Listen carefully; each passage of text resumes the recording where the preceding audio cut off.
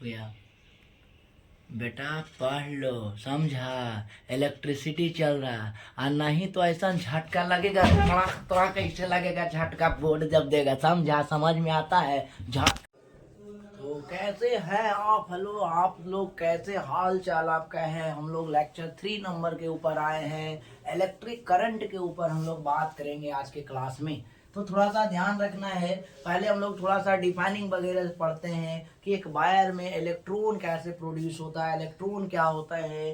तो आप जानिएगा कि एक वायर ले लेते हैं और एक वायर में आपका एक फ्री इलेक्ट्रॉन पाया जाता है। बात समझ गए? एक वायर में क्या पाया जाता है? फ्री इलेक्ट्रॉन पाया जाता है।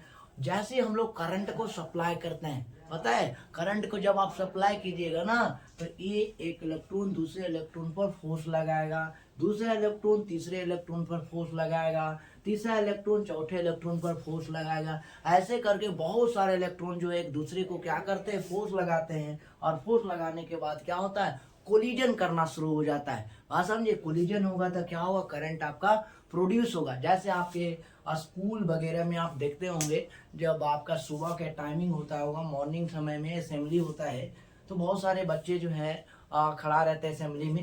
तो आप देखिएगा जो पीछे वाला बच्चे रहते हैं, थोड़ा सा हल्कट आदमी की उसको कह सकते हैं, थोड़ा सा हल्कट आदमी को देखिएगा तो पीछे वाला बच्चा जो है आगे वाला को पुश करता है। थोड़ा सा उन्हें पुश करता है तो उसमें क्या होता है? अगला जितना भी आदमी सब एक दूसरे के ले क्या होता है? फेंका जाता है। बात समझ गए? तो उसी तरह से इसमें भी है, एक आदमी दूसरे आदमी को ढकला, एक आदमी दूसरे आदमी को ढकला, ढकेलते ढकेलते क्या हो रहा है? एक आदमी दूसरे आदमी को ढकेल रहा है, एक दूसरे पर फोर्स लग रहा है, वो आगे को लगा रहा है, वो आगे को लगा रहा है। ऐसा ही इलेक्ट्रॉन में भी होता है, एक दूसरे को फोर्स लगता है तो कोलिजन होता है। तो कोलिजन होने से क्या आपका हो रहा है? करंट प्रोड्यूस हो रहा है। बात समझ गए? तो उसी तरह से हम लोग इलेक्ट्रिक करंट के बारे में थोड़ा सा पढ़ लेते हैं क्या है। तो आप सीधा सीधी बोल सकते हैं फ्लो ऑफ इलेक्ट्रॉन। क्या बोल सकते हैं? फ्लो ऑफ इलेक्ट्रॉन, इलेक्ट्रॉन के बहना। बात समझ गया? आपके बॉडी से भी बहुत सारे चीज बहते हैं। बात समझ गए? उसी तरह से वायर में भी आपका क्या होता है? इलेक्ट्रॉन बहते हैं। बात समझे? तो फ्लो ऑफ इलेक्ट्रॉन, इलेक्ट्रॉन के बहना क्या कहलाएगा? इलेक्ट्रिक करंट कहलाएगा। या तो कह सकते हैं flow of charge. Flow of charge को बोल सकते हैं क्योंकि इसके पिछले लेक्चर में हम लोग चार्ज के ऊपर बात कर चुके थे। तो फ्लो ऑफ इलेक्ट्रॉन को हम लोग क्या कहते हैं? करंट कहते हैं। 3 डिफाइन हम यहाँ लिखे हैं, जो आपको अच्छा लगता है, जो याद होता है वही आप मेमोराइज करें। फ्लो ऑफ चार्ज को भी करंट कहते हैं, मोमेंट ऑफ इलेक्ट्रिक चार्ज को भी हम लोग करंट कहते हैं, फ्लो ऑफ इलेक्ट्रॉन को भी हम लोग क्या कहते हैं? करंट कहते हैं। मान लेते हैं अब ये तीनों में, करंट में, चार्ज में और टाइम में, करंट में, चार्ज में और टाइम में क्या रिलेशन है? बात समझ गए? जैसे आप लोग भी इस मॉडर्न एज में देखिएगा तो आप लोग भी एक दूसरे के रिलेशन बना के चलते हैं। तो इन दोनों भाई साहब, तीनों भाई बोला कि भाई ऐसा काम करो, चार्ज और टाइम और करंट के बीच में एक रिलेशन निकाल दो। बात समझ गए? हम लोग भी रिलेशन निकालते हैं। तो ये क्या क्या, I is equal to Q by T का रिलेशन आया। करंट, चार्ज और time, current, charge, time, current, charge, time, ये सब में क्या रिलेशन आया? एक I equal to Q by T आ गया। I equal to Q by T. I क्या है? करंट है। क्यू क्या है? चार्ज है। टी क्या है? टाइम है। तो आप ये कह सकते हैं, लेकिन टाइम को जब नॉमेरिकल सॉल्व करेंगे तो आपको सेकंड में रखना पड़ेगा। तो टाइम को हम लोग सेकंड में बात करेंगे भाई। अब थोड़ा सा छोटे यूनिट पर भी बात कर लेते हैं। कैसे बड़े बड़े शहर में बड़े बड़े लोग की बातें होते हैं, तो आज छोटे छोटे शहर में छोटे छोटे लोग की भी बात कर लेते हैं थोड़ा भाई साहब। क्या बात करेंगे? सबसे पहले स्मॉलर यूनिट ऑफ करंट पर बात करते हैं। तो स्मॉलर यूनिट क्या है करंट का? मिली एम्पियर है। क्या है? मिली एम्पियर है। और 1 मिली एम्पियर में 10 पे पावर -3 एम्पियर के बराबर होता है। 1 मिली एम्पियर बराबर कितना होता है? 10 पे पावर -3 एम्पियर के बराबर होता है। दूसरा ऐसा यूनिट क्या होता है? थोड़ा सा दूसरा यूनिट पर भी बात करते हैं। माइक्रो एम्पियर होता है, और माइक्रो एम्पियर का ये सिंबल है। तो कितना होता है? 1 माइक्रो एम्पियर में देखिएगा तो 10 पे पावर -6 एम्पियर के बराबर होते हैं।